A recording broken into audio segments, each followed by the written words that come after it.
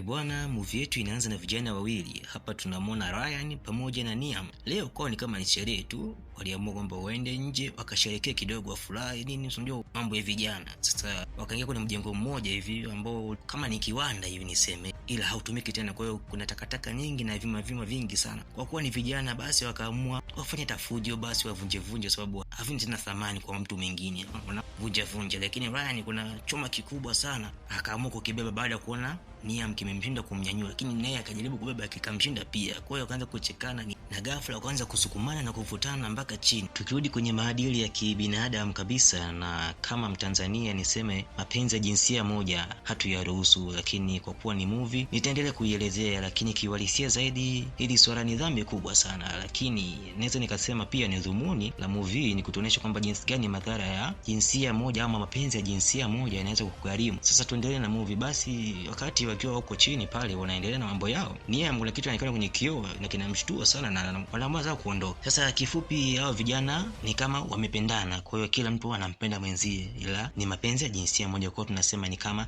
gay ama lesbian, lakini kwa kuwa wote ni wavulana kwa hiyo tunasema ni gay. So wakaendelea kupiga stori za hapa na pale kwamba bwana, shuleni ulikuwa unaniignore, lakini leo naona kama unanichangamkia. Wakaja kusema wakaachana na kuagana kwamba kila mtu basi anaenda kwao mpaka siku nyingine, basi kama tutakutana shuleni au mtaani. Sasa siku ya pili ilikuwa ni siku ya kanisa. Sasa wote walikutana kanisani na maombi kama kawaida yakawa inaendelea, lakini Neem macho yake yote yalikuwa muda wote kwa Ryan. Nisikane vile amemuingia kweli kweli kichwani kwake na moyoni mwake, kwa anampenda kweli, ni wanapendana. Sasa akili yake yote ipo kwa Ryan na maombi yalikuwa yaendelee kabisa. Basi maombi yakaisha, lakini Neem alishindwa kuvumilia kabisa kufanya shughuli zingine, na moja kwa moja akachukua zake baskeli na akamfuata Ryan. Na sehemu pekee ambayo inaonekana wanapenda kukutana sana ni kwenye lile jengo ama pagala ama kile kiwanda ambacho kitumiki tena. Wakiwa zao wametulia, basi kwa mbali wanafuta mjani nini, wanapiga story hapa na pale nini, kilikwenda hiki kikarudi hiki. Mwisho wa siku wakarudi tena wakaanza kupigana tena mabosu. I say lana to lie hawa vijana. Sasa bwana, hii naweza nikasema ni official kwamba jamani wapenzi, lakini swali ni kubwa kwamba Neem ndio mdogo zaidi, naweza nikasema kuliko Ryan. Kwa hiyo Neem muda mwingi sana akiwa kanisani, akiwa darasani, ngeni popote atakapokuwa, macho yote ni kwa Ryan, jinsi gani amemuingia vibaya mno. Sasa siku moja dogo amekaa nyumbani, akaona mambo hawezi kuelewa kabisa, mambo hayapandi, yanamwaza Ryan. Basi moja kwa moja akabidi amfuate mpaka Ryan anakoishi, lakini kabla hajafika pale anakuta vijana wawili pamoja na akiwepo huyo Ryan na mshikaji mwingine anaitwa Hunter. Wakaa kama wanarushana mawe, ni kama kuna ugomvi hivi, mmoja anarusha na mwingine anarusha pia, ni kama walikuwa wanapigana lakini kwa mbali sana. Ghafla wakasogeana wakashikana, alafu wakapigana mabusu. Sorry bwana, Neem amechitiwa. Ryan kumbe na mpenzi mwingine. Lana to lie kabisa hii. Wote ni wapenzi wa jinsia moja na kweli wanapendana. Ryan na Hunter nao pia wana mapenzi yao binafsi ambayo Neem leo ndo ameagundua. Asa hichi kitu kilimpaini sana na kikamuumiza kweli kweli na kikamvunja sana moyo. Akakimbia kwa hasira na machungu na majuto mengi sana, mpaka kaishiwa nguvu, akasimama, akapiga goti, akainama. Akiwa nyumbani chakula akipandi, jinsi gani mapenzi yanaumiza. Sasa kutokana na Neem kuwa na wivu, alishindwa kuvumilia na kukaza, moja kwa moja akaenda kwa wazazi wa Hunter na moja kwa moja kuwachonganisha Ryan pamoja na Hunter kwamba wana mahusiano ya jinsia moja, ni kama vile yeye hayupo vile, ile kwa kuwa tu alikuwa anampenda sana Ryan. Kweli bila wachonganishe, labda wazazi wao wanaweza kutumia njia yote ya kuwatenganisha kwa sababu hili kitu. Sasa siku hiyo ilikuwa ni siku ya maombi, ikabidi waombewe vijana, kwa nini mnafanya mambo ya ajabu na ya kishenzi kweli kweli. Basi mzee hila akapiga zake sala pale, baadaye akaanza kuwauliza vipi, unajisikiaje? Hunter aliona kama ni masiara, kama ni utani vile, akasema nahisi tu baridi, sisikii chochote vile. Basi mzee wetu akachukua kiberiti kile cha moto, kile ambacho au tuseme kiberiti cha gesi, akawasha, akapiga zake sala kama 2-3 afu akakizima pale pale bwana, mambo yakabadilika, mapepo yakapanda. Hunter anaungua, Ryan pia anaungua, ni kama vile wanateseka au mapepo yamewashika. Ni kile kitu anakishuhudia na mbona anashindwa kuvumilia, kwa sababu anahisi kabisa hichi kitu ndio amekifanya yeye, ndio amesababisha kwamba watu mpaka wamefikia sijini, na yeye ndio anayewahatia. Ikabidi akimbie kwanza ajitoe sehemu ile, kwa sababu ameshaanza kuingiwa na huruma. Sasa tangu siku ile bwana, vijana hawa ni kama vile walikuwa wamejishushia heshima au wamejaribia, kwa sababu tangu hapo watu wote wakaanza kuwadharau. Hata Ryan akiwa shuleni anaanza kuonewa kwa sababu anaonekana bwana hajiwezi, na kuaje kwamba unampenda mwanamume mwenzio. Kwa hiyo kile kitendo Neem anakiona na kinamuumiza sana. Kwa hiyo it means huyu kijana anatengwa sasa, kwa sababu hata wazazi wengine wanawaambia watoto wao wakae naye mbali, kwa sababu anaweza akawaharibu kwa jinsia moja. Kwa siku hiyo bwana, ilikuwa ni siku ya supermarket. Basi Niam akaenda mama yake wakaingia supermarket kununua baadhi ya vitu au mahitaji ya nyumbani. Sasa Niam anamuona Ryan akiwa anajihudumia kidogo. Sasa Niam ikibidi amfuate Ryan na kumwongelesha, lakini Ryan anamwambia kwamba inatakiwa tuache, na mama yako anaweza akagundua kuhusu sisi na kafanywa kama nilivyofanywa mimi, kwa hiyo we have to stop. Then Ryan anaondoka. Kwa kuwa Niam anampenda sana Ryan, basi kama kawaida yake kujishikilia ni ngumu sana, moja kwa moja tena akamfuata Ryan kule anakoishi. Lakini fikia anasikia maongezi Ryan akisema kwamba sio hapo, watu watatuona, lakini anayeongea naye haonekani, kwamba anaongea na mtu ambaye hamuoni. Naye akijaribu kuchungulia na anaongea na nani, lakini hakuna mtu yote, lakini Ryan inaonyesha kuna mtu anaongea naye, lakini sisi mimi na wewe hatumuoni kabisa, ila yeye peke yake ndo anamuona. Na cha kushangaza zaidi, inaonekana basi ana huyo mtu Ryan anayemuona anatoka naye, na wakiwa barabarani huku wanaongea, na wanaonekana kuna sema mkubaliana waende. Kwa alikaa kwenye moja ya mjengo fulani hivi wa watoto kucheza watoto, kwa sababu kuna michezo mingi sana ya michezo ya magame ya kuslide. Lakini sasa cha ajabu ni anashangaza ile picha anazopiga Ryan huko ndani na huyo mtu anaongea naye anaonekana yuko peke yake Ryan, huyo mtu mwingine haonekani, lakini matendo ya Ryan yanaonyesha kabisa kuna mtu yuko naye. Girlfriend Niam anasikia sauti za mtu kama anakabwa ndani ya hiyo studio. Akiwahi kwenda kufungua mlango anakuta Ryan akiwa amepiga roba, anaelea hewani na kitu ambacho kimemkaba hakionekani. Kabla hajafanya chochote, Niam anasukumwa na kitu ambacho hakionekani pia zaidi. Hapo hapo Ryan pia naye anapata fahamu, anaanza kukimbia akiwa na mikwaruzo ya damu mgongoni na shingoni, ni kama kuna kitu kile kimemkaba au kinamfinya kwa nguvu kweli kweli, akiwa amechanganyikiwa haelewi. Sasa Niam anamkimbiza na kumwambia Ryan, subiri, kuna shida gani? Ryan akimwona Niam anashtuka, anamwambia ni wewe, ulikuwa ni wewe, hebu niache bwana, usije kanifanya mimi nikawaambia watu. Sasa anamaanisha nini kwa kumwambia kwamba ni wewe? Na maana kule ndani alikuwa anamuona Niam ama ni nani? Lakini maelezo yake yanasema kwamba ni wewe. Sasa Niam anashangaa, ni mimi nimekuaje? Na anabidi aangalie tena picha, labda kama macho yake yanamdanganya, lakini kwenye picha kinaonyesha kabisa Ryan alikuwa peke yake ndani mule. Sasa imekuaje kwamba amemuona yeye? Kuna kitu gani hapo? Sasa Niam alikuwa na maswali mengi sana, na jibu sahihi lilikuwa ni kumfuata Hunter na kumuuliza, bana, vipi tangu ulivyoombewa? Je, Ryan ametoka kilini mwako ama imekuaje? Hunter akamwambia, yule mzee huwa anaombea watu wengi sana, lakini kwa upande wangu mimi sione kama imefanya kazi, kwa sababu Ryan kila siku hapa kazini ananifuata na ananirusha sana vitu, ili tabia ya kurushana mawe, na anakuambia hii kitu mimi siipendi, sababu tayari chani kama tatani, na nashangaa kwa nini aache kuja. Kwa kila siku usiku kabla nakaribia kufunga huwa ananifuata, lakini hata nikiwaambia watu hawaniamini. Wakati huo kabla hata hajaendelea kuongea na Niam, anaitwa bwana rudi kwenye shift yake. Sasa kama unavyomjua Niam sio mtu kukubali kirahisi rahisi, ikabidi bwana Niam arudi tena store, subiri mpaka giza liingie muda wa kufunga, au ni huyo Ryan anayekuja ni upi? Sasa Niam aliingia mpaka store na akatulia sehemu kama alikuwa amejificha hivi, na wakati huo Hunter hakuwa mbali, alikuwa ni muda wake wa kufunga. Basi akawa anachukua zake takataka baadhi kwenda kutupa nje. Wakati huo Niam yuko ndani. Sasa Hunter akiwa nje, ghafla anasimama, anahisi kama kuna mtu amefika, na hapo tunaweza kuona umetupiwa jiwe. Anajua kwamba hii saini ni kuja nani, ni ya Ryan. Ndivyo mchezo wao unaofanya kabla ya kukutana, lazima warushiane mawe, lakini ile jiwe lilikuwa kubwa sana, likawa linamuumiza Hunter. Dakika chache baadaye Hunter anavua nguo, anaanza kupigana tena mabusu, kitu ambacho hakionekani. Kwa maajabu hapo Niam anashtuka na anaanza kupiga kelele na kumuita Hunter kwamba acha, hicho kitu sio Ryan. Lakini milango ilikuwa ifunguki na Hunter wala msikii Niam. Muda huo Hunter anapigwa kabali kubwa kweli kweli, akaanza kuelea juu. Hauwezi kuamini unachokiona, ni kweli ndio hivi unavyokiangalia ndivyo inavyotokea. Niam anajitahidi sana kupiga kelele japo Hunter amsikie kwamba ajaribu hata kukimbia, lakini milango ni kama ilikuwa imeloki. Ghafla Hunter anaburuzwa pombolini kwenye giza kinene kabisa, na mwisho wa siku haonekani kabisa, na hapo ndipo milango inaanza kufunguliwa na Niam anatoka nje kumfuata Hunter, lakini hakuna sehemu Hunter anakoonekana, ni zaidi tu kelele za vilio, lakini hajui wapi alikoelekea Hunter. Bwana, siku ya pili tunaonyeshwa kwamba kichwa cha Hunter kikikuwa polini na tayari kimeshaoza vibaya. Hebu fikiria, kichwa kimekatwa jana usiku, lakini asubuhi tayari kimeshaanza kuoza. Wakati huo Niam alienda moja kwa moja polisi kutoa taarifa, bwana, kuna kitu kimemuua. Sasa kesi kama hizi huwa polisi huwa hawazizingatii kabisa, sababu wanakuona kama umechanganyikiwa. Lakini dogo alikuwa analia sana kwamba anakuelezea, lakini walikuwa wanamuona kama hayuko sawa, kwa sababu kesi bila uthibitisho wa kuwa na mtu mwingine ama kitu ambacho kina ushahidi zaidi, huwa hizi kesi hawazipokei. Lakini kuna madam mmoja ilibidi amchukue pembeni waongee, japo amsikilize anachokieleza, kama anaweza kumsaidia, lakini kila anachokielezea bado anaonekana kama haeleweki. Sasa mwisho wa siku ibidi afunguke kwamba bwana, mimi nina feelings, kwamba anamfungukia huyo askari kwamba yeye pia ana feelings za mahusiano wa jinsia moja. Basi moja kwa moja askari akabidi ampigie mamake mzazi na kumuelekeza hiyo issue. Sasa mamake alipopewa taarifa ilimuuma sana na ilimkwaza kweli, kwa nini mwanae naye pia ana tabia kama hizi.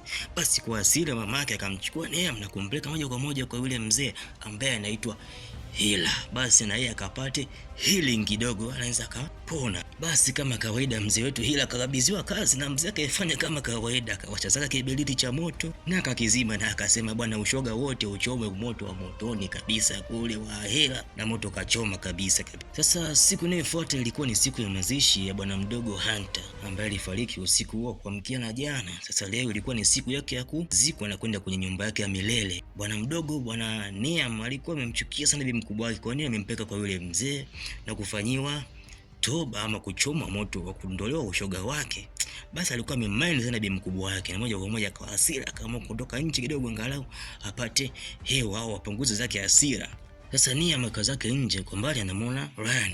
Kafurahi kinoma kumuona mchizi wake, damu yake, mpenzi wake. Akamwambia, "Oya Ryan, nilikuwa nakutafuta sana." Ryan akamwambia, "Bwachana na mimi sitaki tena mazoea na wewe." Akamwambia, "Hapana, nisikilize Ryan. Mamangu pia amenipeleka kwa yule mzee. Mkotii." Sasa ghafla Ryan anamkunja roba Neam, anamkaba kweli kweli na kumbamiza kwenye fence kwa nguvu sana. Yaani ni kama vile amepandwa na mashetani. Walivutana kweli kweli, mwisho wa siku Ryan akambamiza Neam kwenye fence, na hapo ndo Neam akapata nafasi na kuchomoka na kwenda kule ndani kuomba msaada. Sasa cha ajabu akigeuka nyuma wa mtu ambaye anampointi watu wamuone. Mbaya zaidi ambacho kinamshangaza, anamuona Ryan akitoka ndani. Haiwezekani, akabidi achomoke. Sasa kabla hajafika mbali, Ryan akamfuata akamwambia, "Sikiliza, na wewe pia umeona?" Akamwambia, "Yeye bachana na mimi, achana kabisa na mimi." Akamwambia, "Sikiliza, wewe pia umekiona hicho kitu? Easy naye anakuja.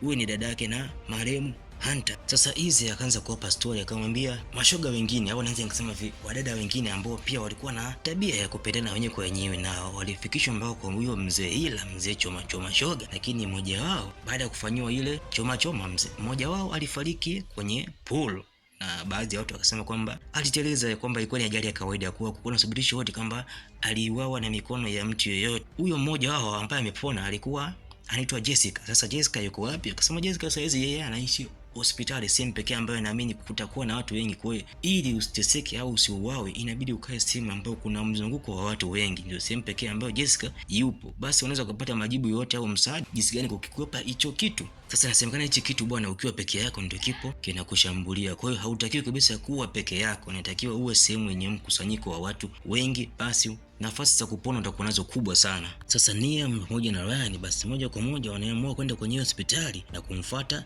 Jessica, japo hawaelekeze au waambie kuhusu hicho kitu au watakikwepa vipi, kwa sababu nao tayari washaingiwa kwenye huo. Ila tu usikae karibu na rafiki yako huyo ambao unahisi kwamba wewe ndo unampenda ama ndo unahisi anakulinda, huyo ndo mbaya zaidi. Siku ya pili bwana, akiwa shuleni, Neam akiwa zake kwenye korido kidogo anaelekea darasani, anamwona Ryan mbele yake, na Ryan akampa ishara, "Bwana, tukutane basi toilet." Wakati huo kengele ya shule ilikuwa imeshagonga kwamba muda wa mapumziko ama muda kwenda nyumbani, na wakati huo tunamwona Ryan akitoka chooni akiwa na maumivu makali kweli kweli, akiwa analalamika ni kama kuna kitu kidogo kimemkaba, sababu kule chooni alikuwa peke yake. Bwana Ryan kumbe alikuwa amekatwa sikio na kitu ambacho mimi na wewe hatujakiona. Sasa kiakili ya haraka basi ina maana ni nani? Ni kile kiumbe ambacho kinakuja kwa njia kama ya yule mtu ambaye anampenda, na ni nani hapo? Tunamwongelea Neam. Sasa jioni bwana, Easy akamchukua Ryan pamoja na Neam akamwambia, "Bwana, najua njia ya moja kwa moja turudi kwa yule mzee, kwa najua jinsi gani atakavyowaponya." Basi wakamwamini. Sasa akamwambia, "Unajua babangu bwana, jana ameondoka, amepaki kila kitu chake, ameondoka kwa sababu ameshindwa kuvumilia maumivu kumpoteza mtoto wake ambaye ni nani? Ni Hunter. Na hii yote sababu ya nini? Wawili. Wewe ulimfanya kwamba Hunter awe vile, na wewe kwa nini ufika nyumbani kuwaambia?" Sasa hichi kitu ni Ryan kinamshangaza kwamba kumbe Neam ndo alio snitch mpaka wakapelekwa kwa mzee choma. Sasa wakati huo kumbe hizi walipa wauni waje wawafanyizia hawa jamaa, kwa nini wamewafanya. Lakini uzuri Ryan alikuwa kidogo anajiweza na nguvu, akapambana na akachukua gari moja kwa moja akamfuata mpaka Neam. Lakini Ryan alikuwa amemind sana Neam, kumbe yeye ndo aliyekuwa amewachoma kipindi kile, na hiyo ndio yote sababu mpaka wakapelekwa kwa yule mzina. Ndo mwanzo kabisa ya haya matatizo ya kufa na kufaana. Sasa Ryan akampeleka Neem mpaka kwao na akamwambia, shuka kwenye gari, ila ukiona kitu kama mimi, huyo sio mimi na hataweza kuwa mimi, na mimi pia hutokuja kuniona tena, ila tu ukiona kiumbe ama mtu kama mimi, basi huyo sio mimi. Kwa hiyo angalia njia yote kujizuia na kujiprotect. Alafu jamaa akawasha gari kapita hivi. Sasa siku moja bwana akitoka zake shuleni, ghafla anakuja anakutana na Ryan kwa mazingira ya kutatanisha sana. Sasa akakumbuka kwamba bwana, ukiniona mimi basi huyo sio mimi, na kweli akaamini kwamba huyo hawezi kuwa Ryan kwa sababu alikuwa haongei. Na hapo akaamua kukimbia, lakini kila anapokimbia basi mbele yake tena anamkuta yule mtu ambaye anafanana kama Ryan lakini sio Ryan. Na hicho kiumbe hicho kinamfuata kwa magadhabu kabisa. Kwa nini usikimbilie Kariakoo bwana, pale watu wamejaa wengi, zuga mpaka asubuhi bwana. Unakimbilia nyumbani, hakuna mtu yoyote, uko peke yako. Bwana basi Neem akaza zake ndani, akaendelea kuangalia zile picha ambazo alichukua kipindi cha mwanzo kabisa ambazo Ryan alipiga na mtu ambaye anasemekana alikuwa kama ni yeye lakini kwenye picha. Sasa wakati ametulia pale, akawa anasikia una vitu kama vile gonga kutoka jikoni. Sasa ikabidi asogee na kuangalia ni nini, lakini bahati nzuri ilikuwa tu ni maji na gonga kwenye sinki. Kwa kuwa taa ilikuwa inawaka jikoni, basi ikabidi azime. Sasa ile kuzima taa kwa nje, sasa ndo anaona kwamba kumbe kile kiumbe ama Ryan anaonekana kwa nje. Sasa hatujui kama ni Ryan kweli ama kile ni kiumbe, lakini kwa mtazamo kawaida huwezi ukahisi kama yeye ni Ryan. Sasa kwa uoga mkubwa sana Neem ikabidi ampigie mamake, lakini sasa mamake inakuwa sema alishaizima hiyo kwenye mkutano au la kikao. Basi kile kiumbe kikaanza kufungua tena, sasa kuna kugonga, kuna kuomba kwanza kufungua milango. Neem moja kwa moja akaanza kuforce kufunga milango na kukimbia, lakini cha ajabu wakati anafunga mlango mmoja akamkuta yule Ryan bwana, akamwambia hebu fungua huu mlango, kile kiumbe kipo nje hapa uwanja wako bwana, kitanifuata mimi, naomba nifungulie mlango. Wakaanza kubishana sasa, akamwambia bwana, mimi nitaaminije kama wewe ndio Ryan? Sasa ule mlango ulikuwa kama ni wa waya hivi kwa sababu kuna milango miwili. Sasa ghafla wakati anajitahidi kusogelea zaidi ili ampige bosi bwana, ule jamaa akapitisha mkono mpaka ndani. Hapo sasa tunaamini kwamba huyu sio Ryan bali ni kile kiumbe cha ushoga. Pinga mashoga wewe. Ryan moja kwa moja akakimbilia bafuni na kuamua kupita dirishani, lakini akachelewa. Kile kiumbe kikafika na kikaanza kumvuta. Cha ajabu kile kiumbe kilikuwa kisikima maumivu yoyote kwa sababu Neem alikuwa anajaribu kukichoma na visu, anachoma na mikasi, anakitoboa macho, lakini wapi. Nafasi ya mwisho kabisa kujitetea, akaamua kuwasha kiberiti cha moto. Ndio kitu pekee ambacho kilisafanya yule kiumbe kuishiwa nguvu na kuanguka chini, na hapo ndio kupata nafasi Neem ya kukimbia na kutoka nje. Alikimbia moja kwa moja mpaka supermarket ambako alifahamu hiyo sehemu kidogo inaweza kuwa na ni kweli bwana. Alikutana na watu lakini akamwambia bwana, umechelewa, tunafunga karibia dakika 10 zijazo, kwa hiyo naomba tu niwe mbele za watu au niwe na watu zaidi ya mmoja au wawili tu, kuna kitu kinanifukuza na sitaki kuwa peke yangu kabisa. Sasa watu kana mshangaa, huyu amechanganyikiwa au ana shida gani? Kwa sababu kila mtu akawa anamshangaa tu, mimi nitakaa hapa mpaka mtakapofunga. Na kweli bwana, watu wote wakafunga na kuanza kuondoka, na mwisho wa siku akajikuta amebaki peke yake. Sasa kwa uoga mkubwa aliokuwa nao, alikuwa na wasiwasi kweli afanye nini au aende wapi. Sasa bahati nzuri akaona baskeli pembeni ya hiyo store na akaona kama ni msaada tosha kumsaidia kumbusi kukimbia kwa umbali mrefu zaidi. Lakini na bahati mbaya anajikuta ameendesha baskeli kwa umbali mrefu na akajikuta yuko porini na akaanguka mpaka chini kwa uchovu na uoga mkubwa alikuwa. Sasa wakati anajiokota anashangaa anamuona tena Ryan akiwa kuna rani pia anaona kama ghafla yani akainama akachukua jiwe kubwa sana na kumrushia Neem. Hapo Neem ndo akapata akili kwamba huyu sio Ryan na akaanza kukimbia tena. Na mbaya zaidi au nzuri zaidi, alikuwa kwenye ule mjengo ambao alikuwa anapenda sana kuja mara kwa mara kwenye ile kiwanda ambacho kilikuwa kimetengwa kwa muda mrefu ambacho kilikuwa kitumiki kabisa, na moja kwa moja akaamua kuingia mule ili kujificha. Bwana uweze kuamini bwana, kile kiumbe kilikuwa kina kasi zaidi yake bwana. Wakati ameingia tu ndani na kile kiumbe kikaingia na kikaanza kumkaba pale pale ili kimmalize. Na kitu cha kushangaza zaidi, kile chuma au ile nondo ama lile bomba la chuma ambalo Ryan ambaye tunamfahamu sisi alishindwa kunyanyua kwa mikono miwili, lakini kiumbe kilibeba kwa mkono mmoja tu. Sasa Neem alikuwa anapambana kweli kweli apate kiberiti, na kiberiti alikuwa amedondosha pembeni yake angalau japo amwashie, lakini kilikuwa mbali sana na bado kile kiumbe kilikuwa kishamweka pini pale chini kimmalize kabisa, na wakati huo kimeshashika lile nondo ama lile bomba la chuma limalize. Sasa hapo Neem akapata kile haraka kabisa, ikabidi amshike shafu japo kidogo ampunguze pressure, mvute kama anataka kumbusu. Basi kile kiumbe kikapunguza speed kidogo, na hapo ndipo Neem akapata nafasi ya kuchukua kiberiti na kumwashia usoni. Kitu pekee ambacho kiumbe kinateseka kwa kike moto tu, na hapo ndiko alipata nafasi ya kuchomoka. Basi Niam njia pekee kwa aliyoona ya kujiokoa kama basi kwa mbio simwezi, ikabidi achome basi hata yale matakataka ambayo yapo ndani ya ile mjengo, kwa sababu kitu pekee ambacho hiki kiumbe kinamzuia ni moto tu. Alifanikiwa kwa ile, kwa sababu kile kiumbe kilishindwa kutembea ndani ya moto kwa sababu kinamchoma na kinamuumiza, kwa sababu akikumbuka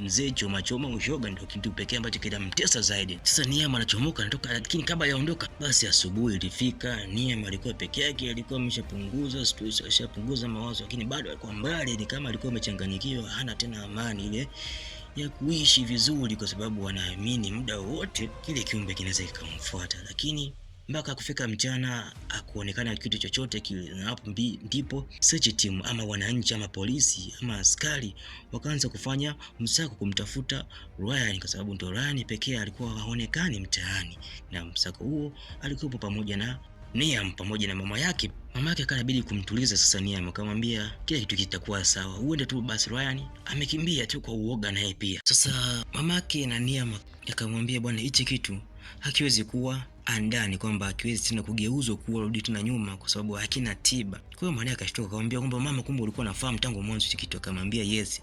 Ina maana ule usiku ambao mama yake aliondoka, alienda kuonana na yule Hila, na akamwambia kwamba hiyo ndio ilikuwa njia pekee ya kumfanya huyo mtu atengane naye, kwa sababu tofauti na hapo wangeweza kufanya ujinga wao. Kwa njia pekee ni kumfanya kumwogopa kila anapomwona huyo mtu, lakini ni kama njia moja ya ushetani naweza nikasema. Kwa hiyo kitu pekee unahitaji kuwa muoga muda wote ili usurvive. Sasa mamake ibidi amchukue Niam na warudi nyumbani. Basi wakaendelea na maisha yao kama kawaida, lakini wazao wamepaki store. Mama wao alienda kufuta vitu baadhi ndani ya duka, lakini aliporudi nje Niam alikuwa ametoroka kama kwa aanze mambo yake mwenyewe binafsi. Kwa akakimbia tu kwa sababu akili yake ndio inamtuma kwamba hata mama yake pia tena hawezi kumwamini. Kwa hiyo anamuona kama vile anamchonganisha au ndio sababu ya kumfanya au kumpeleka kule, ndio mpaka matatizo kama haya yanatokea. Basi wakati huo anatembea anafika stendi moja ya mabasi, anakutana na Ryan. Sasa hatujui kama ni yeye Ryan ama ni Ryan mwingine. Sasa uzuri kulikuwa kuna basi limepaki hapa na linashusha watu. Kwa hiyo basi Niam alikuwa na ujasiri kidogo kumsogelea yule Ryan kama kuhakikisha kwamba ni yeye. Basi na Ryan pia akamuuliza kwamba Niam, ni wewe kweli ama sio wewe? Basi ni kama wakakubaliana kwamba wao ni wao. Sasa kwa kuwa mapenzi yao yana nguvu, hamna kuwatenganisha, hata moto umeshindwa kuwatenganisha, basi ikabidi wakubali waondoke wote kwa pamoja, wakaanza maisha yao binafsi kwa mbali na nyumbani kwao. Kaamua kuweka zao earphones, wanasikiza muziki. Sasa dirishani Niam kwa nje anamuona Ryan mwingine tena. I say basi hapo ndio kusibirisha kwamba huyu aliye naye ndani ndio Ryan mwenyewe, na kile kilichokupo nje sio Ryan bali ni kiumbe ambacho kinamvizia ajichanganya yeye peke yake. Na hapo ndipo mzigo wetu unapoisha. Mzigo unaitwa Leviticus. Hii ni psychological horror ya kutisha, na recap hii imeandaliwa na Soft Movies. Asante kwa kunisikiliza, until next time, bye bye.